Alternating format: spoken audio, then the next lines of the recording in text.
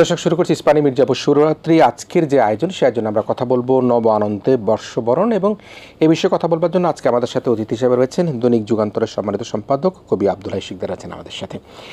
Comrade Sikdar, আপনাকে স্বাগত জানাচ্ছি। একই সাথে স্বাগত জানাচ্ছি আমার শিকদার ভাই, কমরেড নামে বেশি পরিচিত, লাল টুপি এবং সবসময় বিপ্লবী বিদ্রোহী এবং গত ফ্যাসিজমের সময় তার ভূমিকা নিশ্চয়ই আমাদের মনে আছে। এবং আরেকজন বিগত পতিত সরকারের আমলে ঢাকা বিশ্ববিদ্যালয় সহ সারা দেশে আমাদের শিক্ষার্থী সকল ছাত্র জনতাকে উদ্বুদ্ধ করবার জন্য যিনি অগ্রগামী হিসেবে ভূমিকা পালন করেছেন, ঢাকা বিশ্ববিদ্যালয় কলা অনুষদের ডিন ও বর্ষবরণ শোভাযাত্রা কমিটির সম্মানিত আহ্বায়ক professor doctor M Siddiqur Rahman রয়েছেন আমাদের সাথে।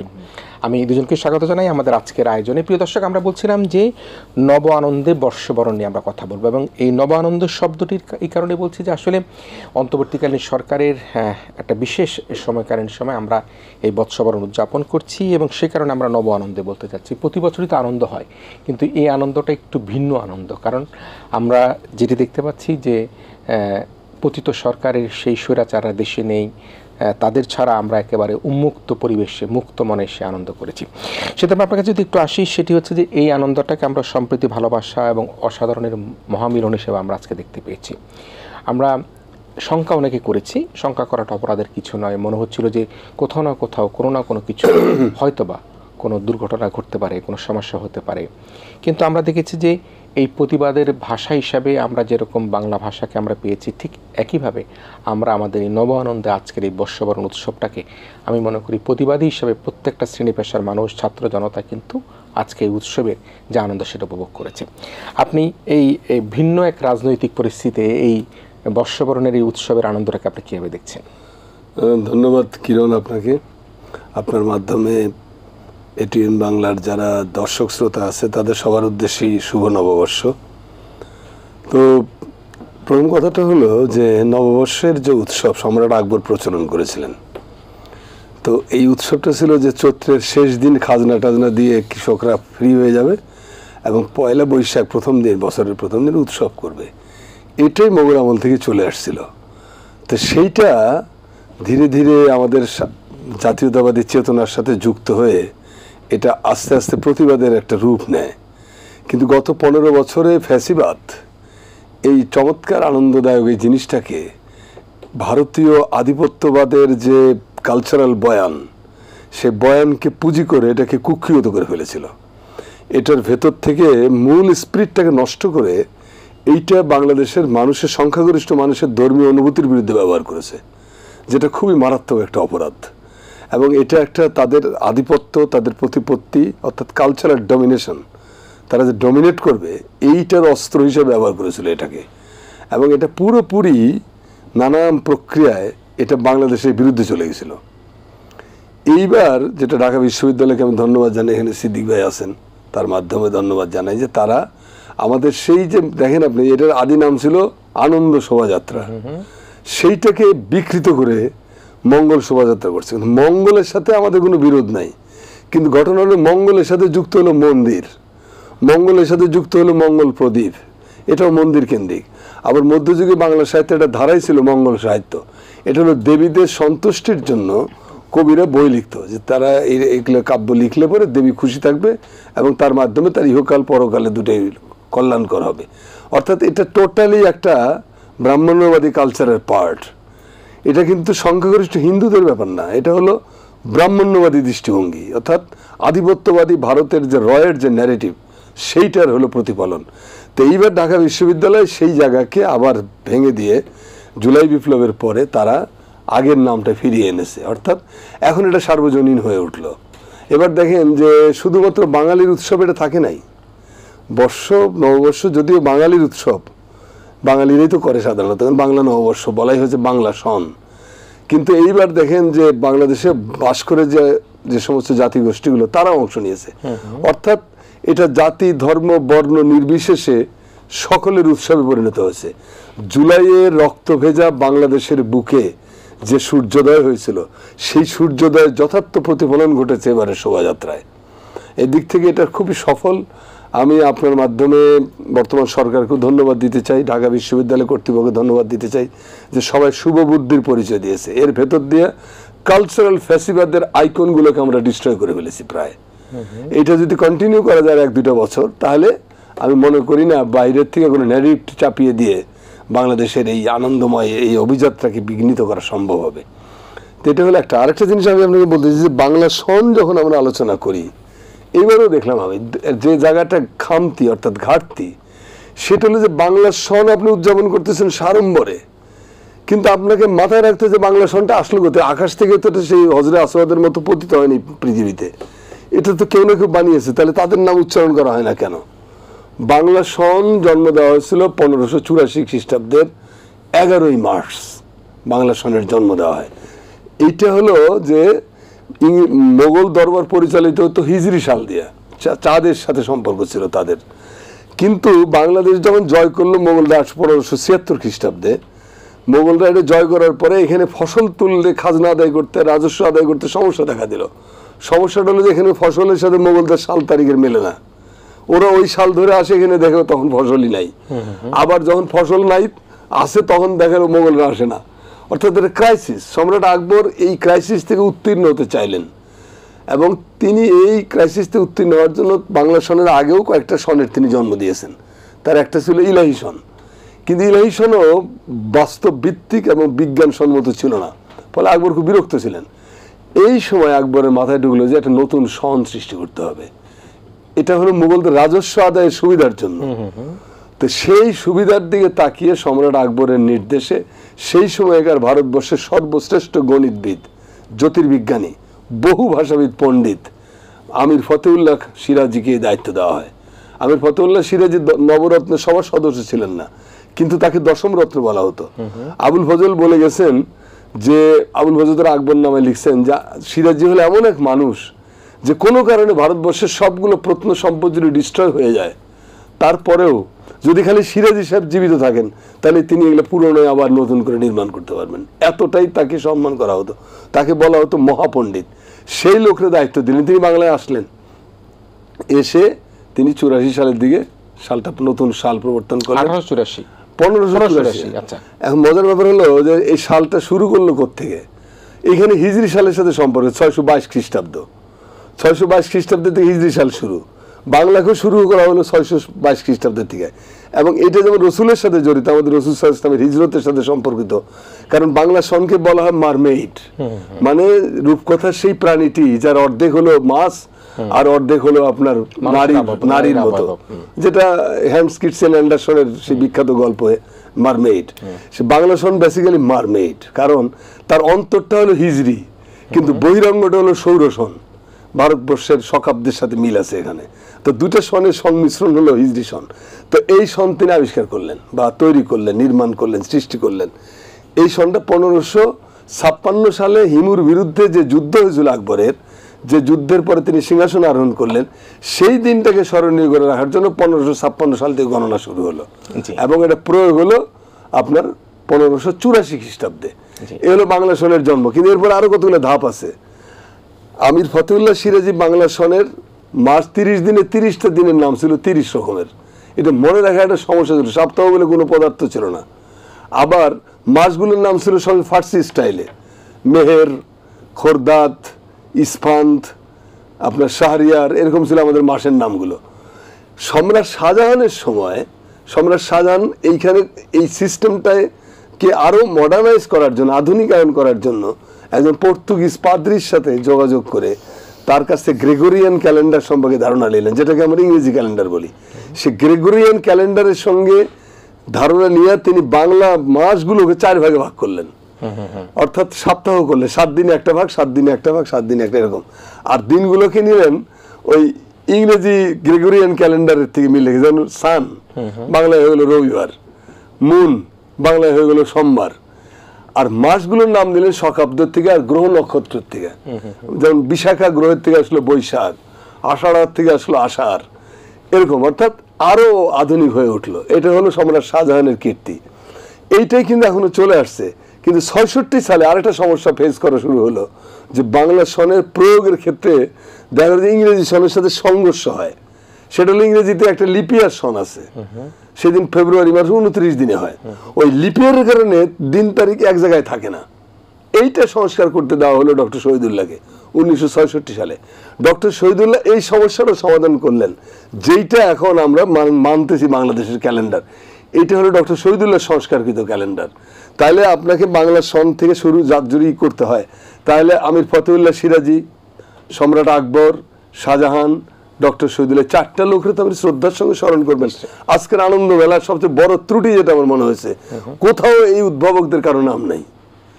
এবং বাংলা সনের যিনি জনক আমির ফতেউল্লাহ সিরাজি, আমরা কেউ জানিও না যে তার কবরটা বাংলাদেশের মাটিতেই পড়ে আছে। আচ্ছা, কোথায় পড়ে আছে এটা? এটা হলো নারায়ণগঞ্জের উপকণ্ঠে একটা জায়গা আছে ফতুল্লা। জি জি। ফতুল্লাতে যিনি শুয়ে আছেন তিনি তো ফতুল্লা শাহ না, তিনি আমির ফতেউল্লাহ সিরাজি। ফতুল্লাহ সিরাজি, ফতুল্লাহ নামকরণ হয়েছে তার নামে? তার নামে। আচ্ছা। তিনি এগুলো তো মোগলদের এরিয়া ছিল, ক্যান্টনমেন্ট এরিয়া ছিল। তো এই জায়গাটা তিনি বেছে নিয়েছিলেন বসবাস করার জন্য। তিনি সম্রাটের নির্দেশ অমান্য করে তিনি বললেন যে কবর, সেটা মূলত বলা হয় যে এটা হলো ফতেউল্লাহ সিরাজির কবর। এইটা কালের গর্ভে হারিয়ে গেছিল এবং নামটা বিকৃত হয়ে ফতেউল্লাহ থেকে ফতুল্লাহ হয়ে গেল। আর এই কবরটা কেউ যেহেতু সাধারণ মানুষ এগিয়ে এসে পীর বানিয়ে ফেলেছে, এখন একটা পীরের মাজার হিসেবে। আমরা কিন্তু দেখেন যে আমি ফতেউল্লাহ সিরাজির মাজারের খবর জানি না, ডক্টর শহীদুল্লাহ মাজারটাও 1 বৈশাখ দিন জিয়ারত করতে কেউ যায় না। এগুলো হলো অবিমিশ্বকারিতা, দায়িত্ব জ্ঞানহীনতা। আপনি আপনার সন্তানকে যদি শিকড়ের সন্ধান না দেন তো সে বড় হবে কেমনে? নিশ্চয়ই নিশ্চয়ই আপনার এই বিষয়গুলো নিশ্চয়ই আমাদের প্রফেসর সিদ্দিক ভাই তো ইতিহাসের মানুষ, নিশ্চয়ই সেটি বিবেচনা রাখবার জন্য নিশ্চয়ই তিনি তার বিবেচনার মধ্যে রাখবেন। আমরা আসলে যেটি অনেক ইতিহাস, অনেক কিছু আমরা তো মাত্র শুরু করলাম। আসলে 15-16 বছরে যে ফ্যাসিজমের কথা বললো, সেটি তো আমরা এক ধরনের কিছুটা হলো আমরা রক্ষা পেয়েছি। আসলে কি আমরা রক্ষা পেয়েছি কিনা সেটি কিন্তু এখন বড় প্রশ্ন। কারণ আমরা দেখেছি যে ফ্যাসিজমের মুখাকৃতির মধ্যে আগুন দেওয়া হয়েছে। কীভাবে এত দুঃসাহস হতে পারে আমি জানি না। এবারে যে সৌন্দর্যটা যদিও প্রথমবারের মতো একেবারে মুক্ত পরিবেশে করা হয়েছে, সৌন্দর্যের মধ্যে আমরা 52 থেকে 71, 71 থেকে 24 এই সমস্ত বিষয়গুলোকে এখানে আনা হয়েছে, আবু সাঈদের বিষয়গুলো আনা হয়েছে। সব কিছু মিলিয়ে এবারে যে শোভাযাত্রাটা যেটা আপনারা করলেন, এর মধ্যে আপনি এই যে ফ্যাসিবাদের মুখে আগুন দেওয়া ছাড়া বাকি সব কিছু আমাদের দৃষ্টিতে মনে হয়েছে কোথাও খুব একটা বেশি আমাদের সমালোচনা করবার সুযোগ নেই, যেটি যদিও কবি আব্দুল্লাহ শিকদার কয়েকটা বিষয় আমাদেরকে ধরিয়ে দিলেন। তারপরও আপনি মনে করেন এই আজকে সারাদিন অনুষ্ঠান পালন করলেন, রাত্রিবেলা এটিএন বাংলার প্রোগ্রামে এসে আপনার নিজের কাছে তৃপ্ত মনে হচ্ছে কিনা? ধন্যবাদ আপনাকে, এবং আপনাকে কবি আব্দুল্লাহ শিকদার ভাই এবং আমাদের কমরেড এবং আজকের এই অনুষ্ঠান যারা দেখছেন দর্শক, সবাইকে আমরা নববর্ষের শুভেচ্ছা জানাচ্ছি। আমি একটা কথা বলে আমি অন্যদিকে যাচ্ছি যে আব্দুল্লাহ শিকদার ভাই যথার্থ অর্থেই তিনি আক্ষেপ করেছেন যে এই বাংলা নববর্ষের যারা স্রষ্টা তাদেরকে এই উদযাপন প্রক্রিয়ার সাথে আমরা কোনোভাবেই স্মরণ করি না। তবে এই বছর আমাদের এই নববর্ষের যে উদযাপন এবং আমাদের শোভাযাত্রা যেটি ছিল, সেই শোভাযাত্রাতে কয়েকটা পটচিত্র ছিল এবং সেই পটচিত্রের মধ্যে একটা সম্রাট আকবরের পটচিত্র এই শোভাযাত্রাতে এইবার বহন করা হয়েছে। তো এটা আমাদের এই আপনাকে আপনার সদয় জ্ঞাতার্থে আমরা এটা বলছি যে এটি এইবার করা হয়েছে এবং এই বাংলা নববর্ষের যে তিনি স্রষ্টা, তিনি যে এটি করেছেন সেটার প্রতি সম্মান প্রদর্শনের জন্যই আমাদের এই আনন্দ শোভাযাত্রাতে এটি বহন করা হয়েছে। আমরা এই বছর আপনি যেটি বলেছেন যে একটা নতুন মুক্ত পরিবেশে একটা নতুন বাংলাদেশে এই বছরের নববর্ষের উদযাপনটি অনুষ্ঠিত হয়েছে এবং এই উদযাপন প্রক্রিয়া থেকে শুরু থেকেই আমার একটা সংশ্লিষ্টতা ছিল এবং আমরা এই বছর যে এই নববর্ষটি উদযাপন করলাম এটার একটা প্রতিপাদ্য করা হয়েছে। সেই প্রতিপাদ্যটা আমরা সবাই জানি যে নববর্ষের ঐক্যতান, ফ্যাসিবাদের অবসান। এবং আব্দুল্লাহ শিকদার ভাই একটু আগে যেটি বলেছিলেন যে এইবারের উৎসবটাকে একটা সার্বজনীন উৎসবে পরিণত করার জন্য সরকারের পক্ষ থেকে প্রচেষ্টা ছিল। এই উদযাপনের সাথে যুক্ত যারা ছিলেন, বিশেষ করে বড় স্টেক হোল্ডার যেটা ঢাকা বিশ্ববিদ্যালয়, যাদের নেতৃত্বে এটা হয়, তাদেরও এই প্রচেষ্টাটা ছিল। ফলে এই অনুষ্ঠানটি শুধুমাত্র আমাদের এই বাংলাদেশে বসবাসকারী বৃহত্তর যে জনগোষ্ঠী আমাদের বাঙালি, তাদের উৎসবে এটি ছিল না, এই শোভাযাত্রাটিও শুধু তাদের ছিল না। এই বছরই আমরা দেখেছি যে শোভাযাত্রার পুরোভাগে বাঙালি ছাড়াও 27টি জাতি গোষ্ঠীর প্রতিনিধিত্ব সেখানে ছিল এবং তারা এই শোভাযাত্রায় সংস্কৃতি মন্ত্রণালয়ের উদ্যোগে এবং আমাদের শিল্পকলা একাডেমির তত্ত্বাবধানে বাংলাদেশের পাহাড়ি এবং সমতলে বসবাসরত যে আমাদের ক্ষুদ্র নৃগোষ্ঠীর জাতিসত্তার যে মানে যেগুলো আছে তাদের প্রতিনিধিরা ঢাকায় এসেছেন এবং নিজেদের যে সাংস্কৃতিক স্বাতন্ত্র্য এবং বৈচিত্র্য সেটা রক্ষা করে তারা এই শোভাযাত্রায় তারা অংশগ্রহণ করেছেন। প্রায় 500 শতাধিক প্রতিনিধি, বিভিন্ন জাতিগোষ্ঠীর প্রতিনিধি তারা সেখানে অংশগ্রহণ করেছেন।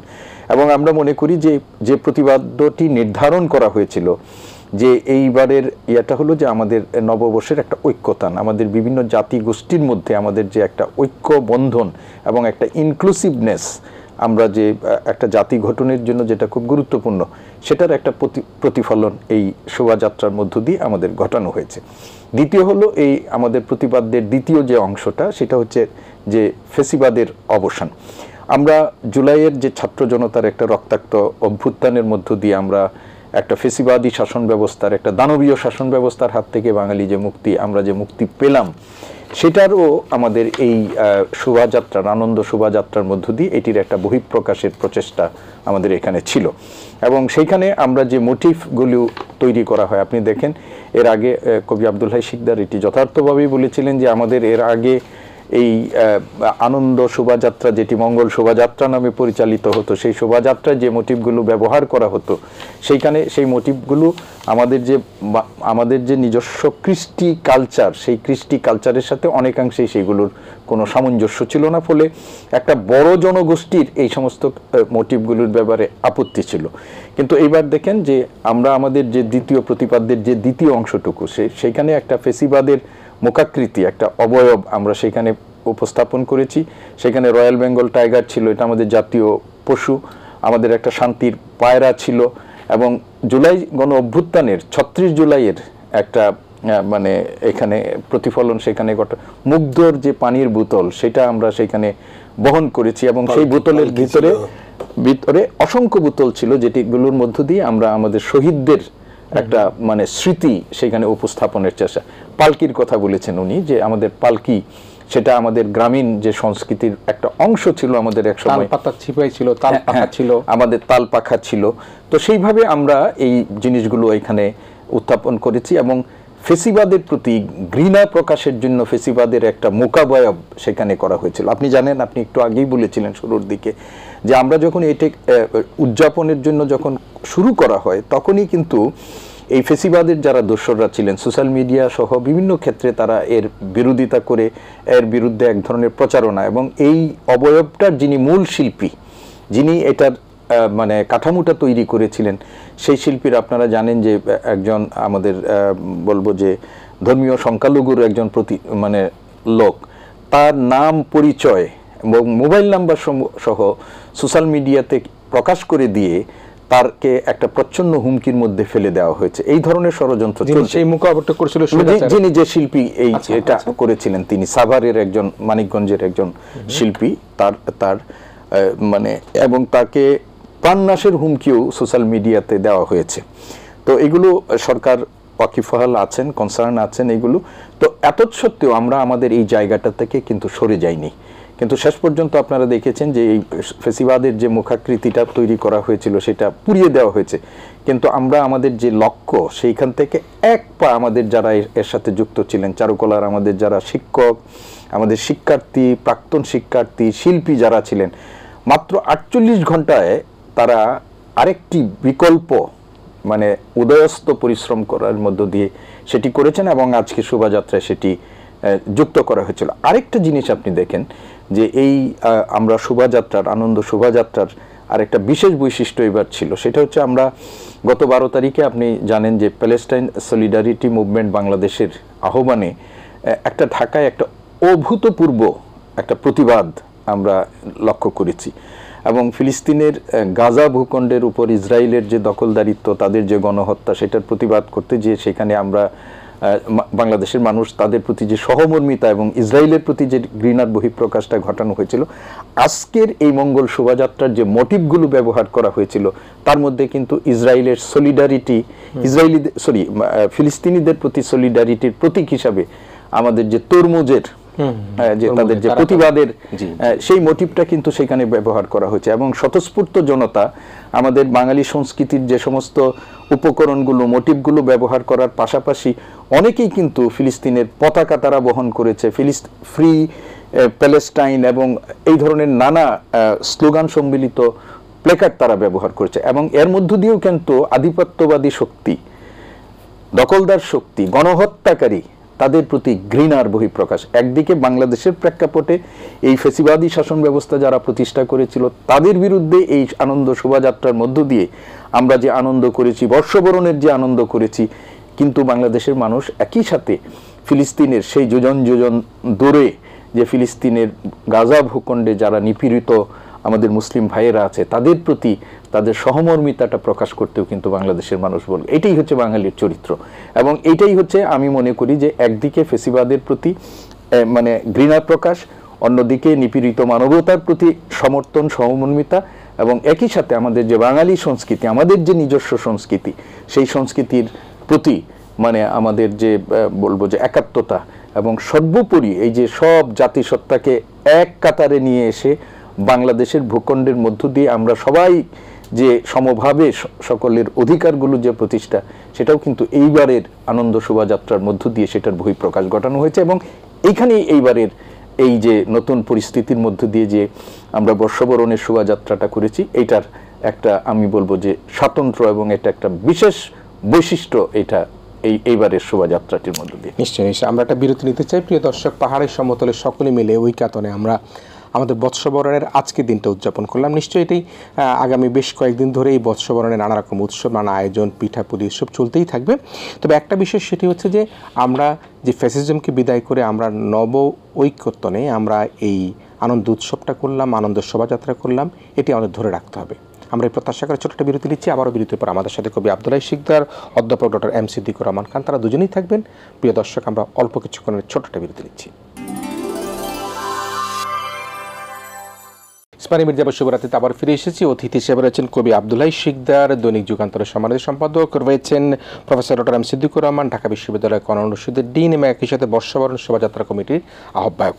আমরা শিকদার ভাই, আপনার কাছে আসলে অনেক তাত্ত্বিক বিষয় যেটা বুঝলাম সেটা কিন্তু আমার নিজেরও জ্ঞানের মধ্যে ছিল না, যে কীভাবে বাংলা সনটা শুরু হলো এবং ফতুল্লার নামটা কী করে হলো। তবে নিশ্চয়ই আগামীতে উদযাপন কমিটি তারা এই সকল বিষয়গুলোকে মাথায় রাখবেন এবং আমি আশা করতে চাই যে ডক্টর মোহাম্মদ শহীদুল্লাহ বলি বা অন্য অন্য যাদের মাধ্যমে বাংলায় এই নববর্ষের যে ক্যালেন্ডার তৈরি হয়েছে তাদেরকে যথাযথ মর্যাদার সম্মান দেখানো হবে। আমি একটা প্রসঙ্গে আসতে চাই, আমরা সবাই কিন্তু একটা জায়গায় কিন্তু একটা মত পোষণ করি, সেটা হচ্ছে প্রফেসর ডক্টর ইউনূস ওনার কথা বলি, যে তার নেতৃত্ব, তার বলিষ্ঠতা, তার ক্যারিশমা সব কিছুই কিন্তু আমাদেরকে মুগ্ধ করে। নানা ত্রুটি থাকতে পারে তার টিমের মধ্যে বা অনেক কিছু হতে পারে।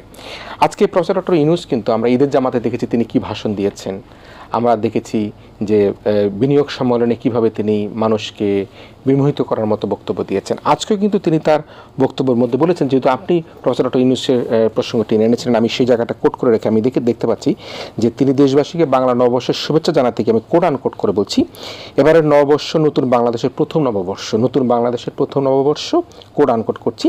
পয়লা বৈশাখ সম্প্রীতির দিন, মহামিলনের দিন। পয়লা বৈশাখ আমাদের প্রাণের উৎসব, বাঙালির সার্বজনীন উৎসব। পুরো পৃথিবীতে যেখানে যেখানে বাঙালিরা আছেন আজ আমাদের সবার আনন্দের দিন, বর্ষবরণের দিন। সেখানে কৃষকের কথা বলেছেন, অন্যান্য সব কথাই বলেছেন।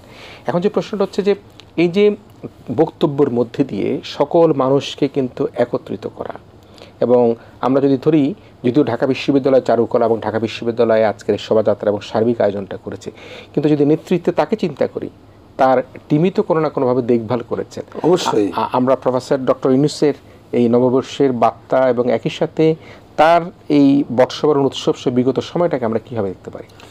আমি মনে করি যে আজকে যে নববর্ষ উদযাপনের যে সাফল্য আজকের দিনে, বিশেষ করে সারাদিন যেভাবে ঢাকা বিশ্ববিদ্যালয় সহ সব স্টেক হোল্ডাররা যেভাবে উদযাপনটা করলো, এটা একটা অবিস্মরণীয় দৃষ্টান্ত।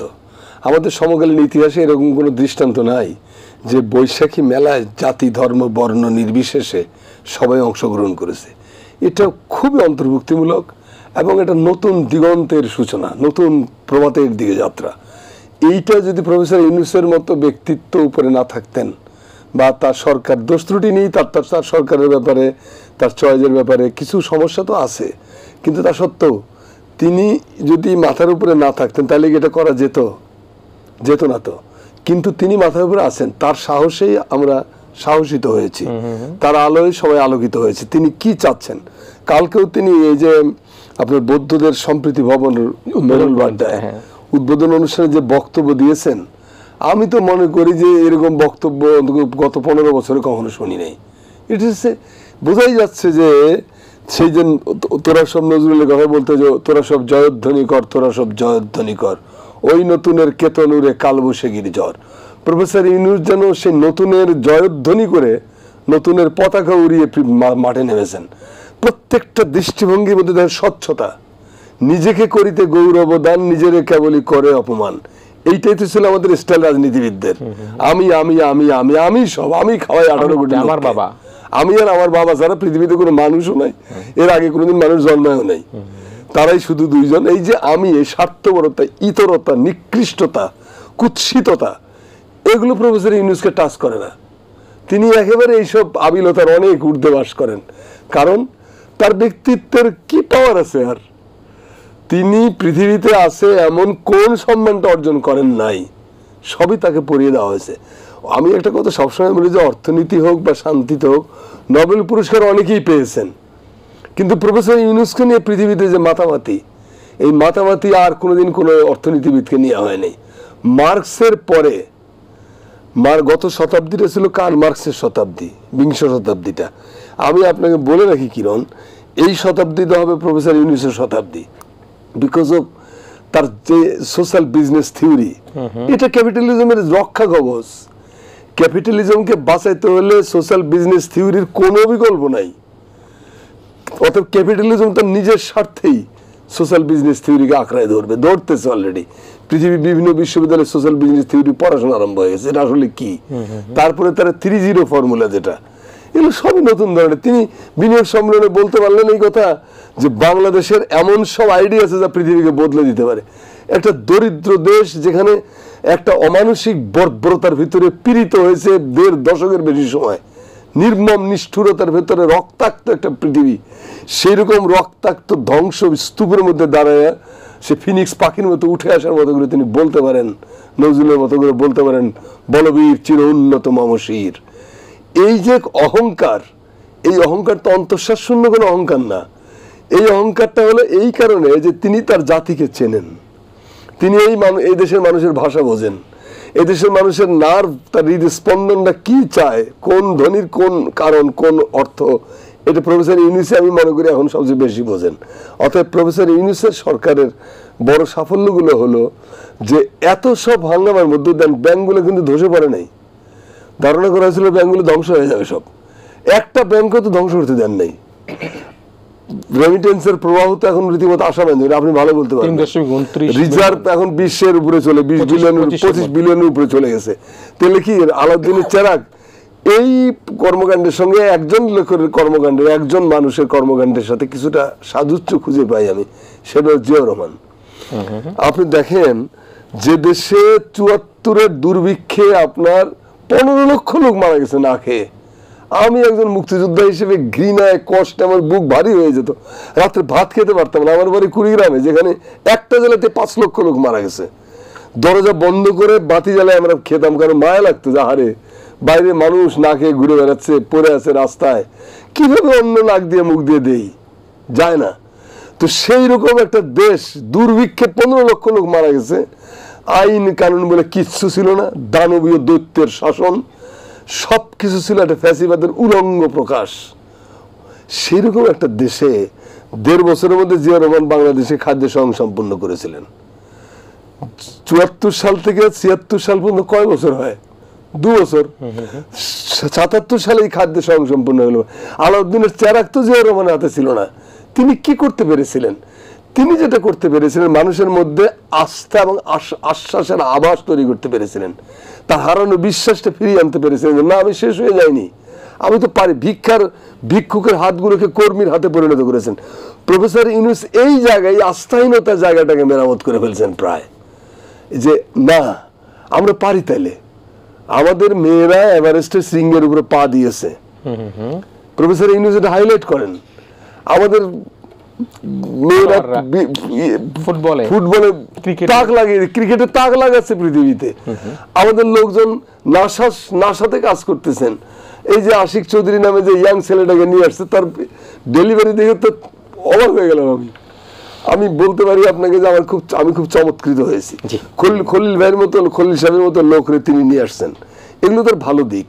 আমি মনে করি যে প্রফেসর ইউনূসের যে জায়গাটার সমস্যা ছিল, যে আমরা হতাশ হয়ে গেছিলাম, সেই হতাশাটাকে তিনি আশায় পরিণত করতে পেরেছেন। অনাস্থার যে সমস্যাটা ছিল সেটাকে আস্থায় পরিণত করতে পেরেছেন, এবং একটা মিশনারি লিডারশিপ এস্টাবলিশ করতে পেরেছেন। আসলে আমরা আলোচনাটা মুগ্ধ হয়ে যাচ্ছি, কখন যে সময় চলে যাচ্ছে বুঝতে পারছি না। আমি প্রফেসর সিদ্দিক, দর্শক আপনাদেরকে জানিয়ে রাখি, আমরা যখন টকশোতে কোনো অতিথি পেতাম না, যখন ভিন্ন মতো লোকদের আসা খুব দুষ্কর ছিল, তখন কিন্তু প্রফেসর সিদ্দিকুর রহমান খান তিনি কিন্তু এই টকশোতে এসে কিন্তু সেই চ্যালেঞ্জগুলো গ্রহণ করতেন। আজকে সিদ্দিক ভাই আপনার কাছে আমরা অল্প আলোচনা পরে বিরতি যাব, তারপর আপনার কাছে আবার আসবো। আমি যেটি কবি আব্দুল হাই শিকদার বললেন সেটি হচ্ছে যে প্রফেসর ডক্টর ইউনূস এবং জিয়াউর রহমানের যে সক্ষমতা বাংলাদেশকে স্বনির্ভর করে তুলবার ক্ষেত্রে, সেই সক্ষমতা তিনি দুজনকে একই তালে তিনি কথা বললেন। আজকে জাতীয় নাগরিক পার্টির তরুণ শিক্ষার্থীরা তারা দল করেছেন। নাহিদ ইসলাম একটা কথা বলেছেন, বিগত সরকারের পহেলা বৈশাখে সাংস্কৃতিক দলীয় হাতিয়ারে পরিণত করা হয়েছে। সত্য। আজকে তারা বয়সে তরুণ হলেও কিন্তু তারা এই পৃথিবীটাকে, দেশটাকে বুঝতে পারছে। আমি আবারও বলছি বিগত সরকার পহেলা বৈশাখে সংস্কৃতির দলীয় হাতিয়ারে পরিণত করেছিল। জুলাইয়ের মধ্যে দিয়ে রাষ্ট্রের নবায়ন আবার শুরু হয়েছে, আবার রিনিউ করা শুরু হয়েছে।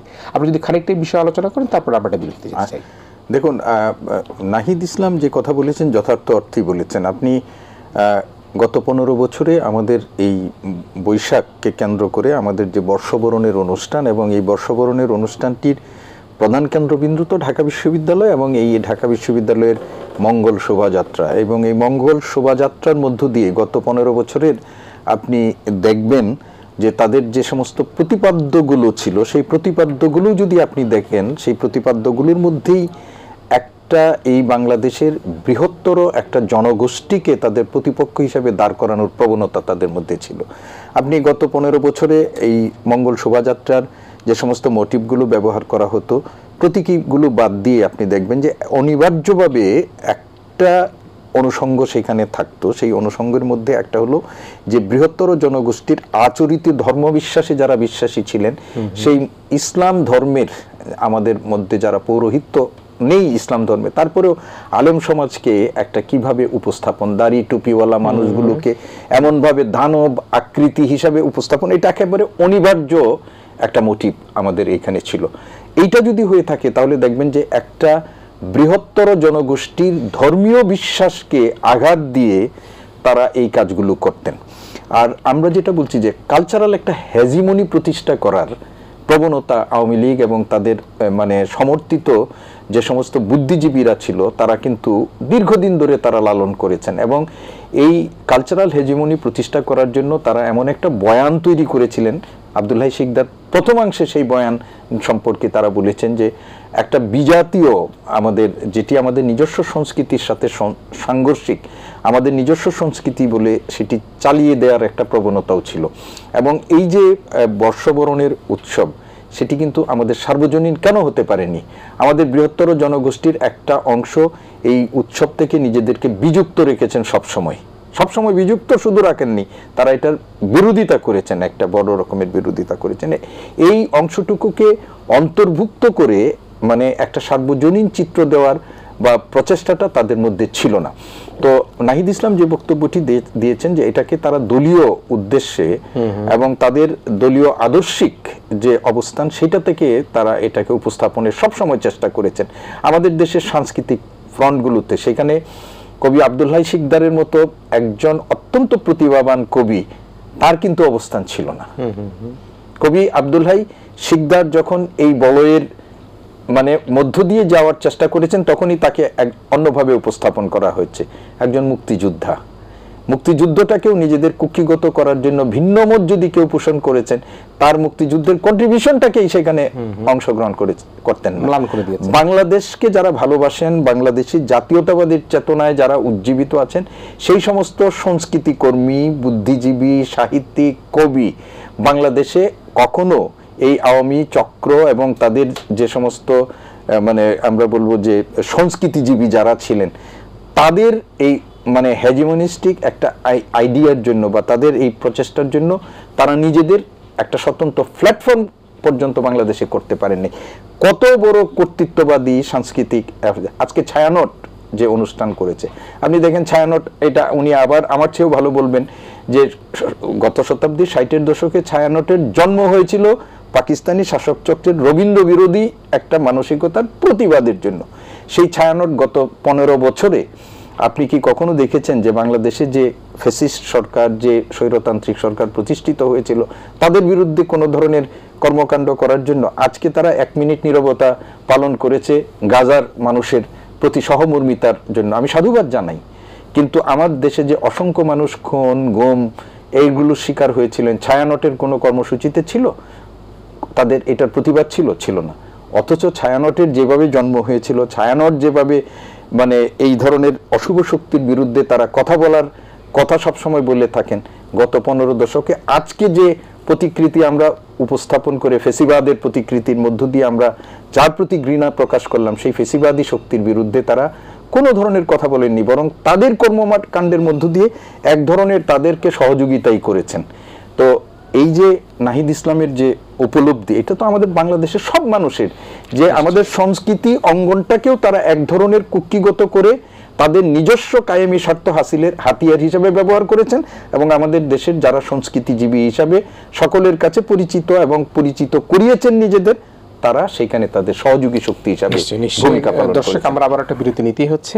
কবি আব্দুল্লাহ শিকদার এবং ডক্টর এম সিদ্দিকুর রহমান খান, তারা দুজনেই আমাদের সাথে থাকবেন। আমি জনাব নাহিদ ইসলাম, তরুণ নেতৃত্ব প্রদান করছেন। আপনার বক্তব্য আসলে আমাকে মুগ্ধ করেছে, বিশেষ করে বিগত সরকারের আমলে বৈশাখী উৎসব সহ সমস্ত সাংস্কৃতিক কর্মকাণ্ডকে দলীয় কর্মকাণ্ডে পরিচিত করা হয়েছিল। আমি আব্দুল্লাহ শিকদার ভাই যেহেতু এখানে আছেন, তার কথাই বলতে হবে। গত 15 বছরে কোথাও আমার মনে হয় কোথাও একটা দাওয়াত পেয়েছে, ছোটখাটো কোনো বৈশাখী উৎসব বলি, জাতীয় উৎসব বলি, কোথাও দাওয়াত কি পেয়েছেন আগে? কোথাও আপনাদের চ্যানেলগুলোতে ঢুকতে পারতাম, রেড লিস্টে খুবই দুঃখিত, আপনার কাছে খুবই দুঃখিত যে লাল তালিকাভুক্ত ছিলেন, লাল তালিকাভুক্ত নিষিদ্ধ, এবং সেই নিষিদ্ধ থেকে রাখি আল্লাহ মারেকে। দেখা যাক দেশটা কতটুক যায়। আমরা অপেক্ষা থাকলাম। আবার একটা ছোট্ট বিরতি নিচ্ছি। বিরতির পর আবারও দুজন অতিথি ফিরে আসবে। প্রিয় দর্শক, ইস্পানী মির্জা শুভরাত্রিতে আবারও অল্প সময়ের একটা বিরতির মধ্যে দিয়েই আমরা আমাদের আয়োজন পুনরায় ফিরে আসবো। ইস্পানী মির্জা শুভরাত্রিতে আবারও আপনাদের স্বাগত জানাচ্ছি। নবানন্দ বর্ষবরণ নিয়ে একেবারে আমাদের আলোচনার শেষ মুহূর্তে আমরা চলে এসেছি। আমি প্রফেসর সিদ্দিক আপনার কাছে শুনছিলাম, আপনি যদি আলোচনাটা করলে আমি কবি আব্দুল্লাহ শিকদারের কাছে আসবো। আপনি বলছিলেন যে নাহিদ ইসলামের যে বক্তব্যটি, সেটি গত 15-16 বছরে বাংলাদেশের সাংস্কৃতিক অঙ্গনকে যেভাবে নিষ্পেষিত করা হয়েছে, যেভাবে একমুখ করা হয়েছে, আমরা দেখেছি যেখানেই খালি পেয়েছে সেখানে একজন বিশেষ ব্যক্তির নামে, বিশেষ পরিবারের নামে সেখানে সংযুক্ত করা হয়েছে। আমরা দেখেছি যে বিগত সময়ে যে ফ্যাসিজমের কারণের জন্য একটিমাত্র সাংস্কৃতিক জোট ছাড়া কোনো সাংস্কৃতিক জোটে কিন্তু কর্মকাণ্ড করতে পারতেন না। আপনি যদি আপনার বিশ্লেষণ আবারও বলেন, আমাদের তরুণদেরকে নিয়ে আমরা হতাশ থাকি, কিন্তু আমরা যেটা দেখতে পাচ্ছি আমাদের তরুণরা তো এরকম নয়। তারা যখন একটা সুযোগ পায় তারা কিন্তু জেগে উঠতে পারে। সেই আমাদের আনন্দ শোভাযাত্রা সেটি কিন্তু প্রমাণ করলো। আপনি যদি শেষ আলোচনায় আপনার নিজের কোনো কথা বলবার জন্য, বিশ্ববিদ্যালয় কর্তৃপক্ষের কথা বলবার জন্য সুযোগ থাকে, দর্শকদের জানাবেন একটু। আমি যেটি বললাম যে দেখেন, আমাদের এই যে তরুণ প্রজন্ম সম্পর্কে আমাদের একটা ধারণা হয়েছিল যে তারা তাদের জীবনকে একটা 6 ইঞ্চি মোবাইলের মধ্যে আবদ্ধ করে ফেলেছে, কিন্তু আমাদের জুলাই ছাত্র জনতার যে গণ অভ্যুত্থান, সেই ধারণাটা আমাদের ভুল প্রমাণ করে দিয়েছে যে আসলে আমাদের এই তরুণ প্রজন্ম তাদের দেশ, তাদের সংস্কৃতি, তাদের সব পুরোপুরি উদাসীন নয়। এবং জাতির এই ক্রান্তি লগ্নে একটা যখন মানে যে ভূমিকাটা পালন করার কথা ছিল, সেই ভূমিকাটা তারা পালন করেছেন। এবং এই জুলাই গণ অভ্যুত্থানের পরে পরিবর্তিত বাস্তব পরিস্থিতিতে আপনারা দেখেন যে আমরা 21 উদযাপন করেছি, এবং সেই 21-এর যে উদযাপন, এইবারের যে উদযাপন, আপনি একটা বলেছিলেন যে একটা বিশেষ যে সাংস্কৃতিক সংগঠন শহীদ মিনারটা, তারা বলতে গেলে আপনি এই ফেব্রুয়ারি মাস পুরোটা দখল করে রেখে তারা তাদের সাংস্কৃতিক কর্মকাণ্ডের মধ্য দিয়ে তাদের রাজনৈতিক যে বয়ান, এবং জাতীয় কবিতা পরিষদ, সেই জাতীয় কবিতা পরিষদের আপনি দেখেন যে গত কয়েক বছরের যে নেতৃত্ব, এবং তারা কিভাবে কুক্ষিগত করে একটা একটা রাজনৈতিক দলের আদর্শ ভিত্তিক সাংস্কৃতিক কর্মকাণ্ড পরিচালনা করছেন। আমরা শুধু 15 বছরের কথা বলছি না, এই স্বাধীনতা পরবর্তী গত 54 বছরের কথা যদি আমরা বলি, এই 54 বছরে আমাদের সাংস্কৃতিক ফ্রন্ট যেগুলো আছে আমাদের, সেখানে কিন্তু কবি আব্দুল হাই শিকদারদের মতো লোকরা কখনো প্রতিষ্ঠাও লাভ করতে পারেন নাই, কখনো তারা সেইভাবে মানে করতে পারেন। ফলে একটা গোষ্ঠী যারা এই সাংস্কৃতিক অঙ্গনটাকে দখল করে তারা নিজেদের বয়ানের মধ্য দিয়ে আমাদের মানে তরুণ প্রজন্মকে মানে পরিচালিত করার চেষ্টা করেছে। তো এখন সময় এসেছে, আমরা মনে করি যে এই যে উনি ব্যান্ড অতিক্রম করে যেটা এই কালো লাল তালিকা ছিলেন, এখন এসেছেন একটা পত্রিকা সম্পাদনা করছেন, আরও সুযোগ তৈরি হয়েছে। ওনারা যদি সামনে আসেন, আমরা মনে করি যে সাংস্কৃতিক ক্ষেত্রে একটা, আমি বলবো যে একমুখী যে প্রবণতাটি ছিল সেটা থেকে এসে আমাদের যে সমৃদ্ধ সংস্কৃতি, আমাদের যে নিজস্ব সংস্কৃতি, সেটা সামনের দিকে আসবে এবং ঢাকা বিশ্ববিদ্যালয় এই ক্ষেত্রে একটা বড় ভূমিকা পালন করতে পারে। নিশ্চয়ই নিশ্চয়ই। আমরা এখন শেষ মুহূর্তে আছি, কবি আব্দুল হাই শিকদার, দেশের বয়ান, দশের বয়ান আমাদের দরকার। আমরা একমুখী যে বয়ানের কথা প্রফেসর সিদ্দিক বললেন, আমি ওখানে একটা আলোকপাত করলাম। আমরা দশের বয়ান শুনতে চাই, দেশের বয়ান শুনতে চাই। বলবেন আপনি শেষ মুহূর্তে কথা বলবেন। দেশের বয়ান হলো যে আসলে আমাদের কি করতে হবে। ভাই একটা কথা বলছে যে আমাদের ইয়াং জেনারেশন সম্পর্কে আমাদের ভুল ধারণা ছিল, যে তারা নির্দিষ্ট একটা বলয়ের মধ্যে, পড়ার টেবিলে, ডিজে পার্টিতে, মোবাইলের মধ্যে আটকে গেছে। সেই জেনারেশন যে ওই জায়গায় আটকে নেয়, তার প্রমাণ তো জুলাই বিপ্লব। তো জুলাই বিপ্লবের ছেলেরা কি করেছে আসলে, তারা আসলে বাংলাদেশকে দেখেছে বাংলাদেশের চোখ দিয়ে। তো বাংলাদেশের চোখ দিয়ে যখন বাংলাদেশকে দেখেছে, তখন বাংলাদেশের পেইন, বাংলাদেশের কষ্ট, তার দাহ, তার যন্ত্রণা সে আত্মা দিয়ে হৃদয়ঙ্গম করেছে। নইলে নবম শ্রেণীর একটা ছাত্র মাকে চিঠি লিখে যায় যে মা, আমি তোমাকে বলে গেলে তুমি আমাকে যেতে দিতে না, তো তোমাকে না বলেই চলে গেলাম, যদি ফিরে আসি তো আসলাম, আর যদি ফিরে না আসি তো তোমার ছেলের জন্য তুমি গর্ব করবা, কারণ আমি দেশের জন্য প্রাণ দিতে গেছি। 71 সালেও একই রকম। 71 সালের কথা মনে পড়ে যায়। 71 সালে আমিও বাড়ি থেকে পালিয়ে যে মুক্তিযুদ্ধ অংশ নিয়েছিলাম, আমাকে যেতে দেওয়া হচ্ছিল না, পরে পালাইছি। তো এইটা আমার নিজের কে মানে রোমাঞ্চিত করেছে, এবং আমি বলছি বাংলাদেশকে হারাতে পারবে না কেউ। তো আজকেও আমি মনে করি যে এই নববর্ষের মাধ্যমে আজকে মঙ্গল শোভাযাত্রার সেই বিকৃত নামকে আবার আগের নামে ফেরত আনার ভেতর দিয়ে যে বিজয়টা অর্জন করেছে আমাদের জনতা বা আমাদের দেশের মানুষ বা আমাদের ঢাকা বিশ্ববিদ্যালয় সহ সরকার, এই বিজয়ের ধারাবাহিকতা রক্ষা করতে হলে আমাদের কিছু কঠিন পদক্ষেপ নিতে হবে। কালচারাল, বাংলাদেশ স্বাধীন হয়েছে 54 বছর। আপনি ভাবতে পারেন একটা স্বাধীন দেশ যার কোনো কালচারাল পলিসি নেই, কোনো পলিসি নেই, আন্দাজে মান্দাজে চলছে দেশটা। We have no cultural policy. এটা আমরা কি, কালচারটা কি, সেটা কি ডিফাইন করা হয়েছে কিনা? হয় নাই। একটা দেশ চলতেছে ধান্দার উপরে, কতগুলো অধ্যাদেশের উপর। এই জায়গায় ঘাটতি আছে, এই জায়গায় ঘাটতি যদি পূরণ করতে পারি আমরা, তাহলে আমার মনে হয় যে বিভ্রান্ত হওয়ার সুযোগ কম থাকবে আমাদের জনগণের। আরেকটা হলো যে ধরেন ইন্ডিয়ান হেজিমনির বিরুদ্ধে আপনাকে অ্যাকশনে যেতে হবে। তো ডিফেন্স কোনো বড় কোনো ব্যাপার না, অফেন্স হলো বেস্ট ডিফেন্স।